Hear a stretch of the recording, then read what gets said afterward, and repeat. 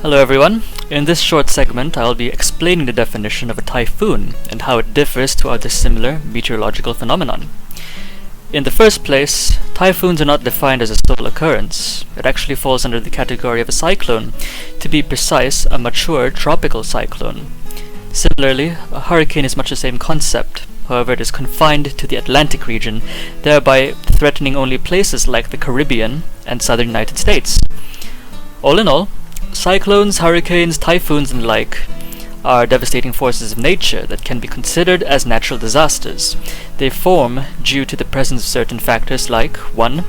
There being sufficiently warm sea surface temperatures, 2. Atmospheric instability, 3. High humidity in the lower to middle levels of the troposphere, 4. Enough Coriolis effect to develop a low pressure center, 5. A pre-existing low-level focus or disturbance, and lastly, 6, a low vertical wind shear.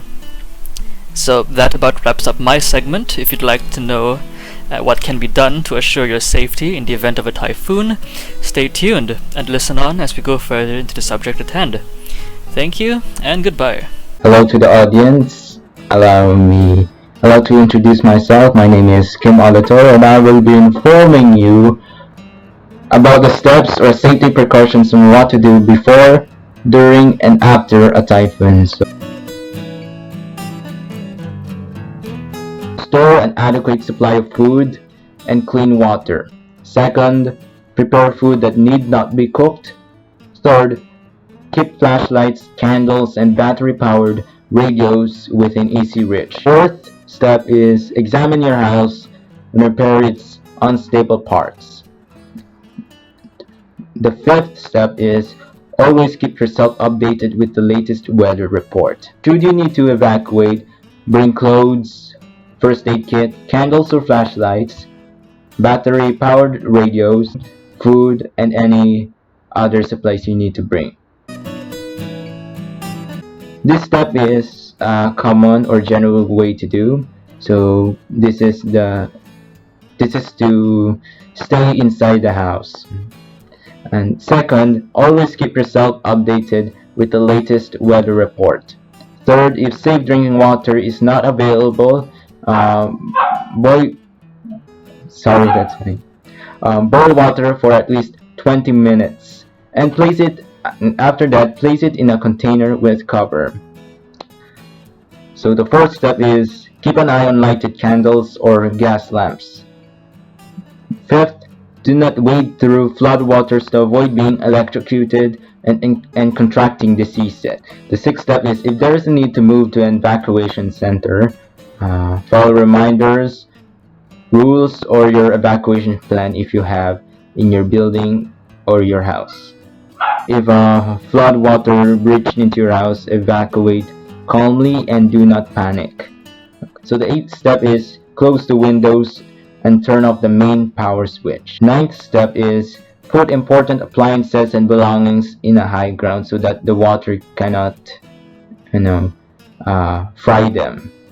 So the last step is avoid the way leading to the river when you're outside or evacuate to an evacuation center.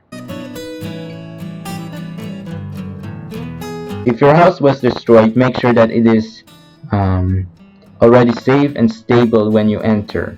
Second, beware of dangerous animals such as snakes that may have entered your house.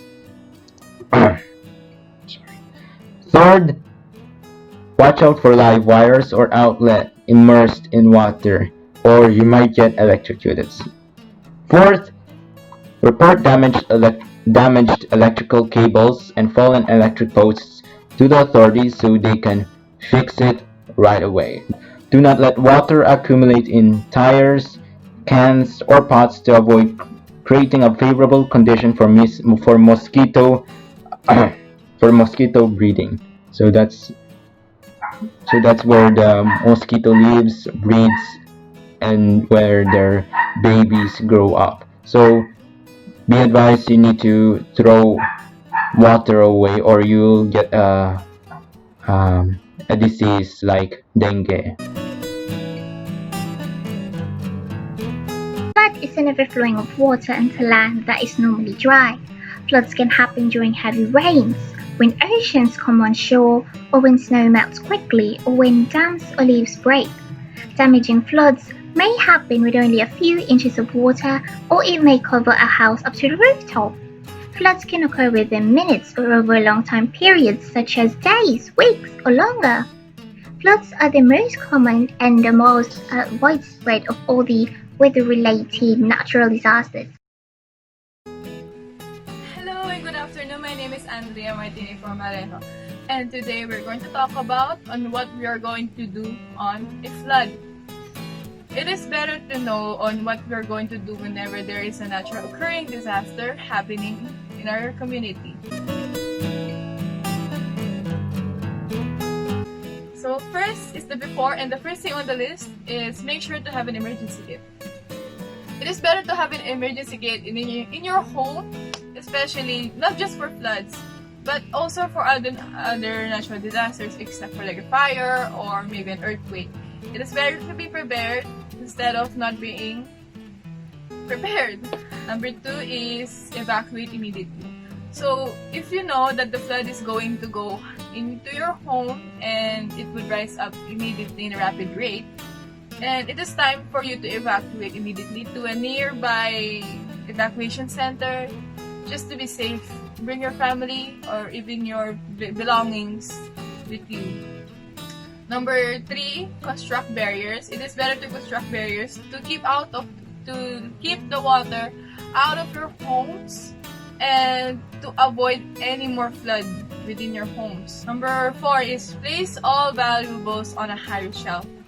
So even if you have really keepsake documents in your home, it is better to keep them up in a higher storage place to avoid them getting wet or soaking up all of the water that is going into your home. So number 1 is listen to the news for any updates. So if we are stuck in a flood, in the middle of the flood, it's better to keep the radio on. If you don't have a radio, it's fine because in every cellular device, there's a radio that is installed in your phone, so you could just listen to the news there. And number 2, don't go to any streams, canals, drainage, which could be resolved to a flash flood. So don't go outside. That's the main reason in this list. Don't go outside during a flash flood because whenever you're going to walk in your village and you have stumbled upon the canal, don't just stay in the canal. Don't just stay in front of the canal because anytime in any moment there will be a flash flood going outside to the canal or any drainage or any short streams. And lastly, move to higher ground. It is better to move higher ground instead of staying, in the first floor of your house if you have only a first storage in your house, or in your first storage of your second house. If your house is a 2-floor house, it is better to stay on higher ground, like on your roof.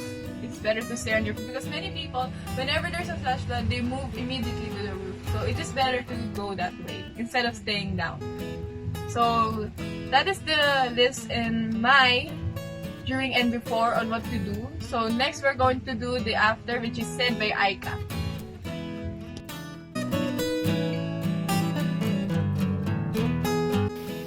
Hello, my name is Angelica Cabrito and we are going to talk about what to do after a flood. So after a flood, there are certain precautions that we have to do before returning to our home. So the first one is try not to get back until authorities have exhorted that it is safe to do so.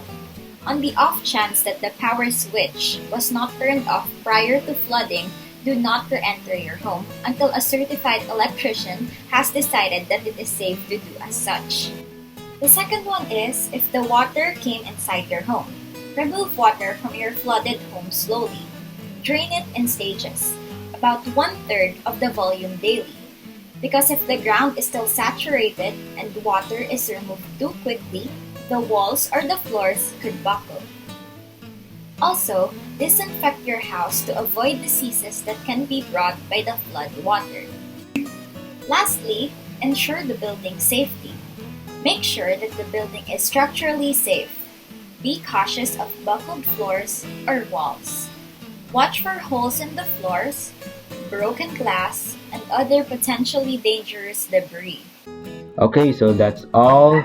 Thank you for listening, and I hope you will follow these safety precautions in the future. So that's all.